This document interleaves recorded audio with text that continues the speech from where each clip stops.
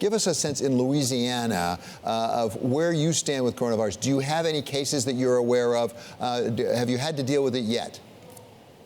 Yes, so good morning. So in Louisiana, we have one case of the coronavirus that is being sent for confirmation to the CDC.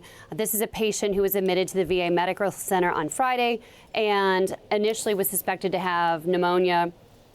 Usually coronavirus causes symptoms that are lung-related, lung illnesses like pneumonia, was later found to have the coronavirus. And so right now, there are precautions that are being implemented for the individuals who cared for that person, as well as the contacts that they have.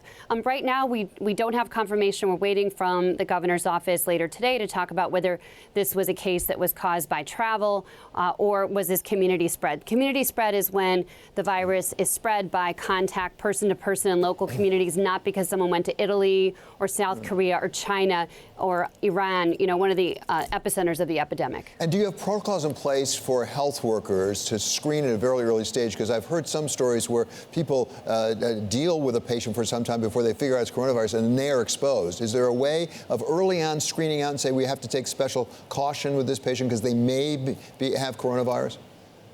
So I think it's really important to follow the guidance of public health professionals on testing. The CDC has an up-to-date website that talks about who should be tested. There have been communications by Vice President Pence as well as President Trump to say, anyone who gets tested, who wants to get tested can. We have plenty of kits. Those have been inaccurate communications. And it's really important that the professionals who understand what is the update on how many kits are available, who should be tested, are the ones that are giving these messages out. And in terms of who's being tested, CDC guidance is clear on who should be tested, those who have encountered an individual patient with these symptoms. And the period between exposure and symptoms can sometimes be as high as 14 days.